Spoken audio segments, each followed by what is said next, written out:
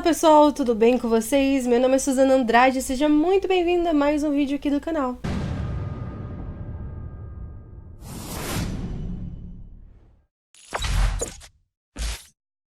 Então, gente, hoje eu vim contar pra vocês o dia em que eu perdi meu primeiro paciente.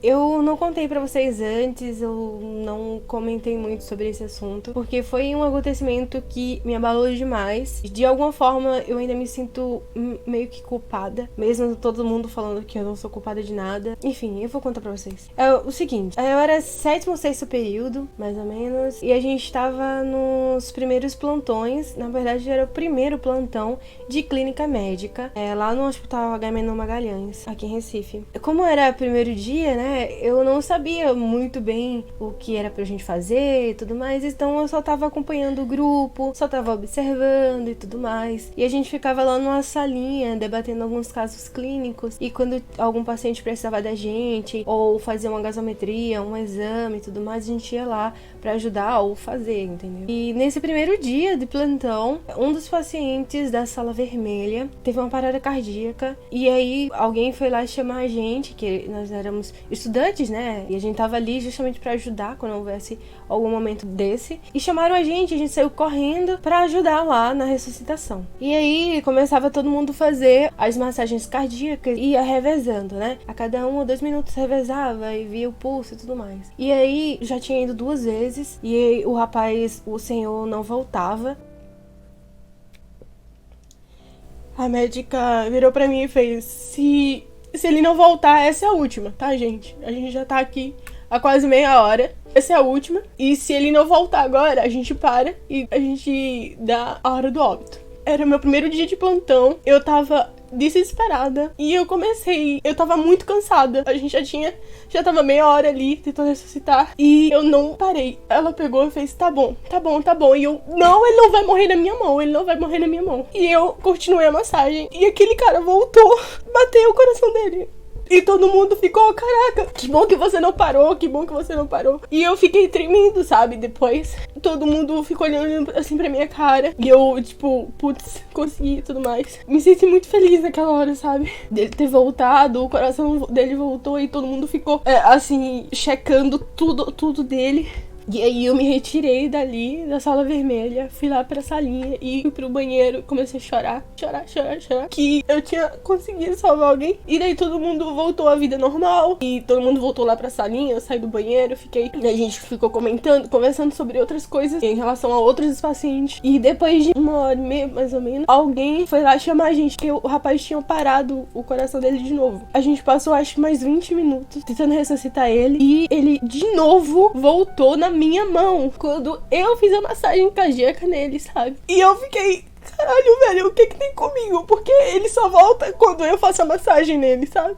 E daí eu fiquei me perguntando, eu fiquei conversando com Deus. Eu nem sou tão religiosa, sabe? Eu fiquei me perguntando por que ele só voltava na minha mão ali. As 2 vezes que ele parou ali, ele só voltou comigo, sabe? Depois a gente voltou e eu ficava com isso na cabeça. Isso foi no período da manhã. Aí quando chegou por volta de mais ou menos meio-dia, que era a hora mais ou menos que a gente ia almoçar, eu recebi a notícia de que o rapaz morreu e os médicos acharam melhor não chamar a gente pra tentar ressuscitar ele de novo, porque como na primeira parada ele passou 30 minutos sem oxigenação, praticamente, né, só em via mecânica da gente fazendo a massagem cardíaca, e na segunda vez foram 20 minutos, provavelmente nessa terceira parada ele teria muitas sequelas cerebrais pela falta de oxigenação no cérebro, e preferiram deixar ele ir, sabe? Quando eu soube disso, tava indo almoçar, aí disseram que ele havia falecido.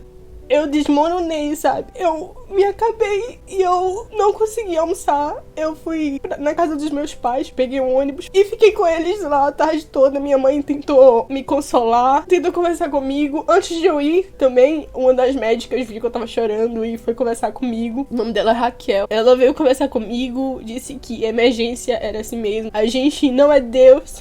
A gente fazia o máximo que podia. Eu tava desgraçada fisicamente, porque é muito cansativo, é corrido. Eu fiz o meu máximo e ela tentou me consolar dizendo essas coisas, que não era minha culpa e que tudo isso acontece Tem gente que a gente tenta salvar, mas Deus ou alguma coisa que você acredite ou o tempo da pessoa era aquele, sabe? E aí eu fui na casa dos meus pais, fiquei com eles lá. Eu fiquei muito triste por muito tempo, sabe? Porque quando você tem a alegria de conseguir ressuscitar uma pessoa 2 vezes e depois receber a notícia de que ela não suportou e morreu, mesmo assim, mesmo você se esforçando tanto, sabe?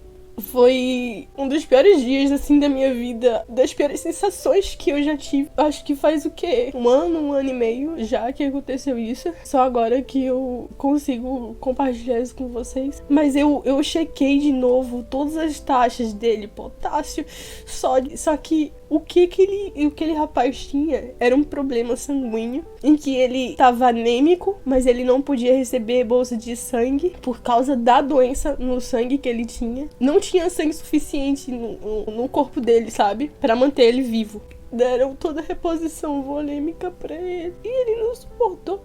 É isso, pessoal. Se você pensa em fazer medicina, se você tem um sonho de ser médico, poder fazer a diferença, eu peço muito que você continue, sabe? Se esforçando sempre.